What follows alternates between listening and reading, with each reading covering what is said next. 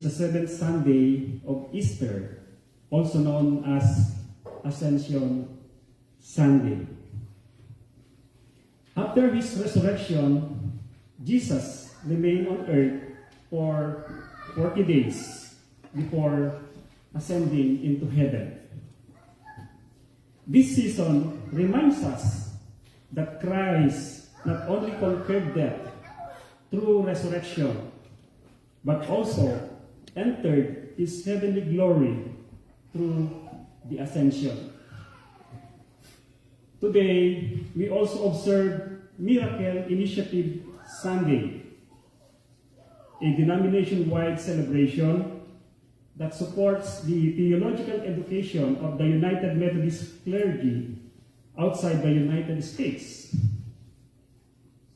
in Africa, Europe, and in Asia, in the Philippines. In addition, this is a joyful day for our congregation because we celebrate Confirmation Sunday. 5 young people, after completing a 2-year confirmation journey, are now ready to profess their faith publicly and become full members of the church. Our scripture passage today comes from the final section of Jesus' farewell discourse before his crucifixion. John 17 is often called the high priestly prayer of Jesus. And for me, this is the real Lord's Prayer. In this prayer, Jesus prays not only for himself, but also for his disciples, and for all believers who would follow him. Today, we will reflect on this first part of the prayer and explore 3 important themes: glory, eternal life, and unity. These things are vital, especially for the confirmants.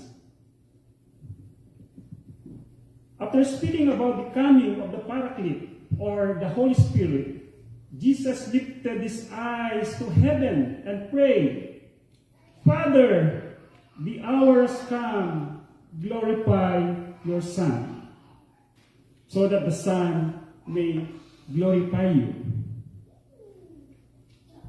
Bible scholars often divide the Gospel of John into 2 major sections. Chapters 1 to 12 are called the Book of Signs, or Miracle, while chapters 13 to 21 are known as the Book of Glory. Our passage today, John chapter 17, belongs to the Book of Glory. Throughout this section, the words glory and glorify appear many times. But what did Jesus mean when he prayed, "Glorify your Son"? The Greek word for glory is doxa, where we sing the doxology, which can mean honor, splendor, or divine majesty. One theologian in the Philippines described glory as the full weight of God's presence.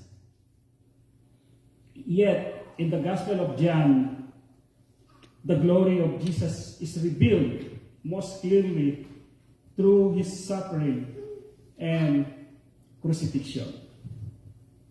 For the world, the cross looked like defeat and shame. But for Jesus, the cross became the ultimate revelation of God's love and obedience. Through his death, Jesus glorified the Father because he fulfilled God's saving mission for humanity. True glory, therefore, is not found in power, wealth, or recognition, but in faithful obedience to God. As followers of Christ, we are called to glorify God, not merely by our words, but by lives marked with love, humility, sacrifice, and faithfulness. Along with glory, Jesus also speaks about eternal life. He says that the Father has given him authority to give eternal life to those whom God has entrusted to him. Then Jesus defines eternal life with these words. And this is eternal life, that they may know you, the only true God, and Jesus Christ, whom have you sent. The Gospel of John frequently uses the phrases eternal life. In John 3:16, we read, "For God so loved the world that he gave his only begotten Son, that those whoever believes in him shall not perish, but have eternal life." Eternal life is not simply about living forever after death. In John's Gospel, eternal life also refers to transformed and meaningful life that begins now through a relationship with God. It is not only a long life, 1,000 years, million years of life, but a quality life. What is the importance of having more than 1,000 years in this world and full of troubles? There's no quality in it. To know God is not merely to know facts about him. It means living in communion with him, trusting him, following him, and experiencing his transforming grace daily. When we surrender our lives to Christ, our lives are changed. We begin to experience peace, purpose, forgiveness, and hope, even amidst suffering and uncertainty. Eternal life is both a future promise and a present reality. It is the life of Christ living within us today. In the final verses of our passage, Jesus prays for his disciples, saying, "Protect them in your name that you have given me, so that they may be one, as we are one." Jesus knew that his disciples would remain in the world after his departure.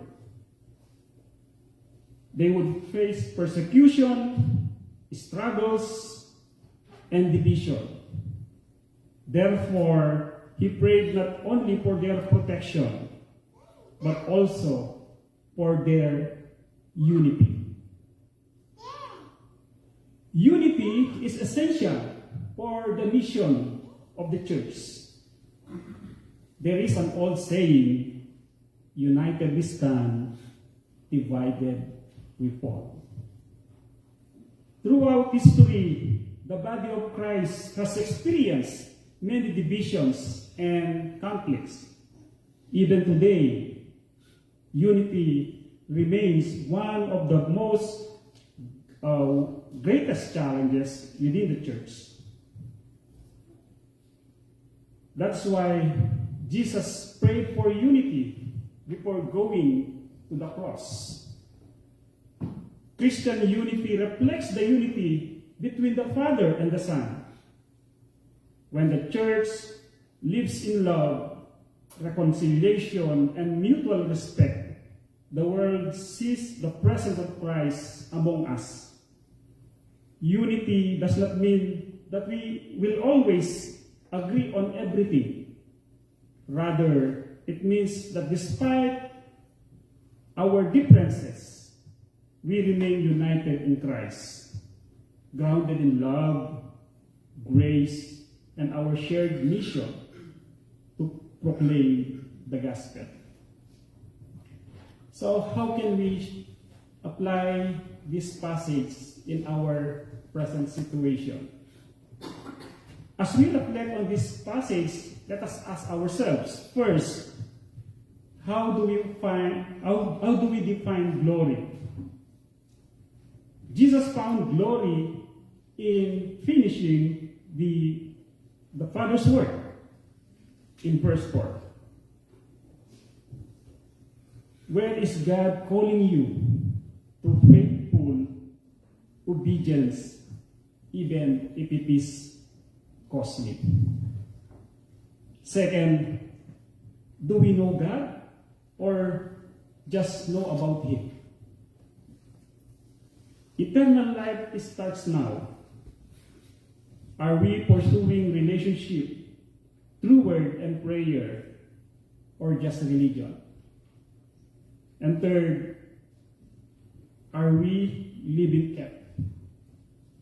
Jesus prays for our protection, not from hardship, but from losing faith.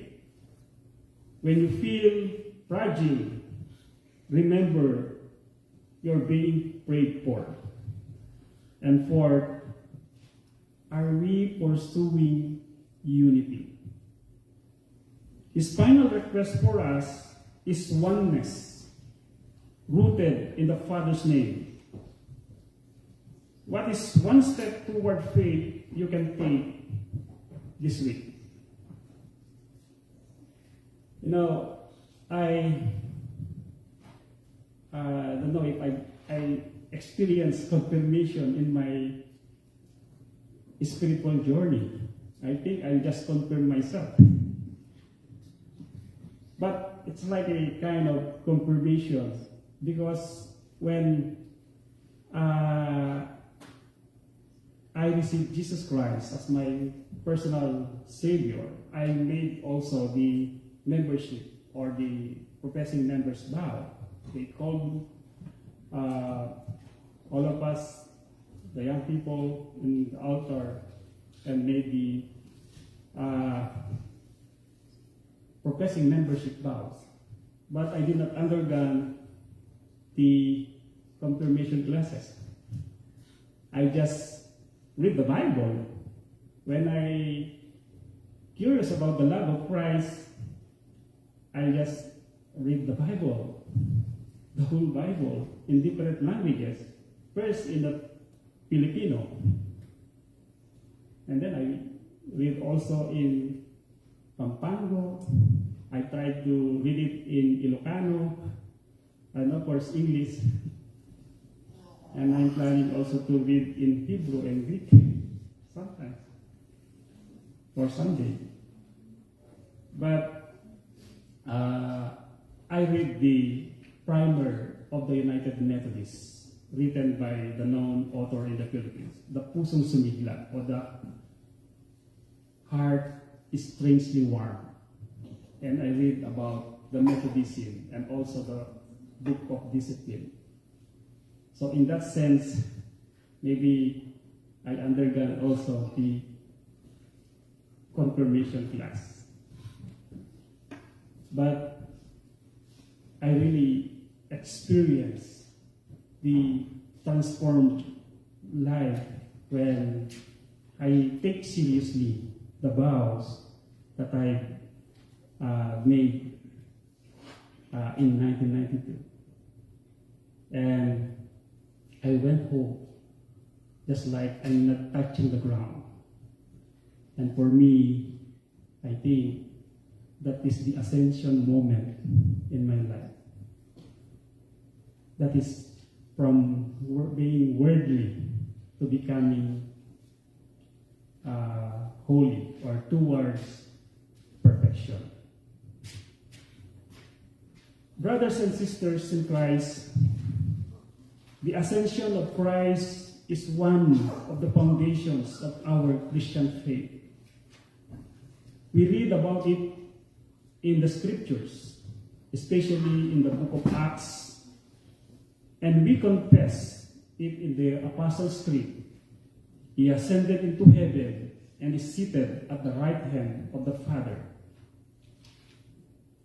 Some people debate the meaning of ascension, asking whether heaven is a physical place or a spiritual reality. Is heaven a place or a state of being? Because in the first century, they did not discover that the earth or the world is round. So when they point to heaven, they point toward the sky. What about if you are in the other part of the globe? You are pointing to the other downward. So we have different concepts of heaven or ascension. Yet the deeper meaning of the ascension is that Christ entered fully into divine glory. He is no longer bound by the limitations of the world, but reigns victoriously as Lord over all creation. The ascension reminds us that Jesus continues to reign, intercede, and prepare the way for his people. It is also gives us hope that one day we too will share in his glory.